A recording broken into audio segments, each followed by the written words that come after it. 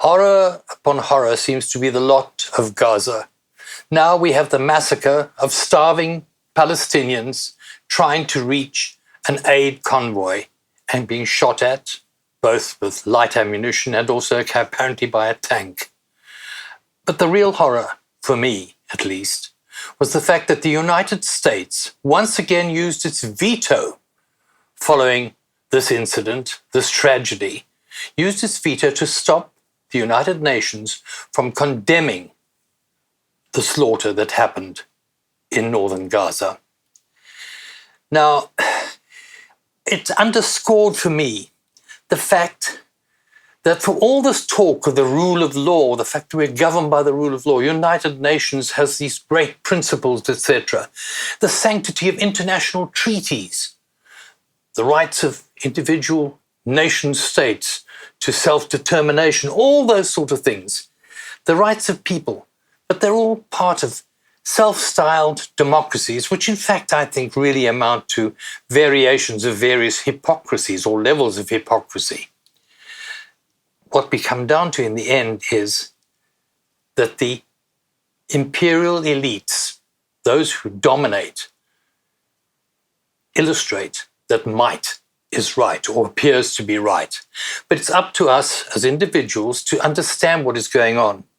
And despite the news being distorted, the propaganda, we have the fake news, etc., on the digital media, which is a danger, we also have the advantage of being able to get at some factual material of real things that are happening, which we can tune into, listen to, and assess and decide what we should do, what way forward for us as ordinary people. We, of course, also have books. I recommend wholeheartedly. It was written in 2022, and it is hailed for everyone from the Literary Review to Noam Chomsky. It's brilliant. But we also have had just hours, literally hours before this latest horror, this latest slaughter in Gaza, we had a masterclass in international law, a subject I walked away from many years ago for the very reason that I could not see how the rule of law could even be upheld when it could not be enforced. And it is not enforced, as we've now seen. Nonetheless, we can understand, all of us, what the true legal position is. And it was clearly enunciated by Ralph White, Dr. Ralph White of the University College of London. And he did so to the International Court of Justice at The Hague. The Palestinian people have been denied the exercise of their legal right to self-determination through the more than century-long violent, colonial, racist effort to establish a nation-state exclusively for the Jewish people in the land of mandatory Palestine. When this began after the First World War, the Jewish population of that land was 11%. Forcibly implementing Zionism in this demographic context has necessarily involved the extermination or forced displacement of some of the non-Jewish Palestinian population, the exercise of domination over and subjugation, dispossession and immiseration of remaining non-Jewish Palestinians, the emigration to that land of Jewish people, regardless of any direct personal link, and the denial of Palestinian refugees the right to return, all operating through a racist distinction privileging Jewish people over non-Jewish Palestinian people. This has necessitated serious violations of all the fundamental Jos Cogens and erga omnes norms of international law. If you do happen to listen to what he said very closely, don't be confused by the Latin terms, jus or jus, as he said, cogens and erga omnes. All it means is that such laws, such rules that are laid down and agreed by the United Nations or whoever are mandatory. They're supposed to be followed. They are the law. And the second part, the ergo omnes, it quite simply means that they are so important, they apply to everyone, everywhere, every nation, everywhere.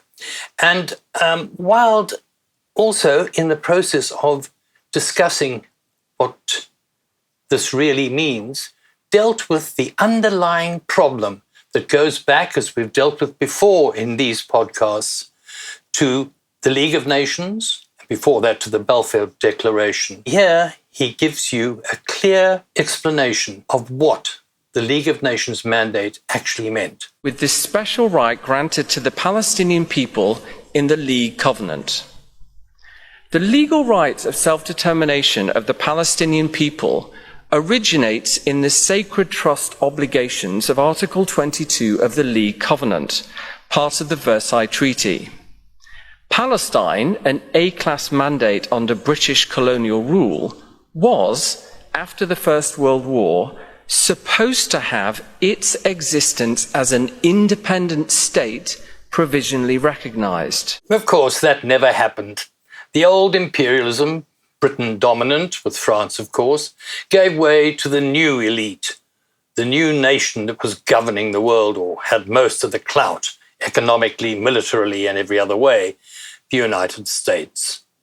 And it called the shots in the Middle East ever since. They've dominated in those post-World War years, leaving us in a situation which Ralph Wilde explains very clearly, very cogently. Israel lacks any valid authority to do anything, and whatever it does is illegal, even if compliant with or pursuant to the conduct regulatory rules.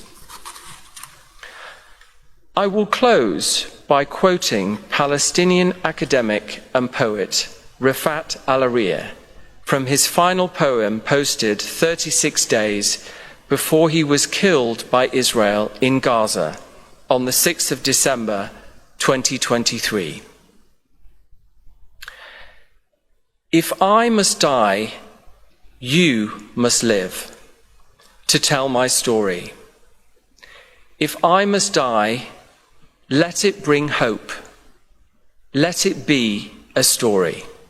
With the fact that throughout nearly a century now, we've had a situation where the rule of law has been ignored from the word go. That the situation regarding the whole colonial settler project initiated by a group of Zionists back in just before the last century began, and supported by Britain for its own vested interests, and agreed to by the League of Nations, given it a whole series of absolutely looked like wonderful ideas to gradually bring about independence for the Palestinian people, in which you had Christians, Jews, and a majority of Muslims living quite peacefully together. What do we have today? We have a totally illegal situation, which has been described not by me or by anyone outside of Israel, but by a great theologian and philosopher, Leibowitz, as Judeo-Nazism.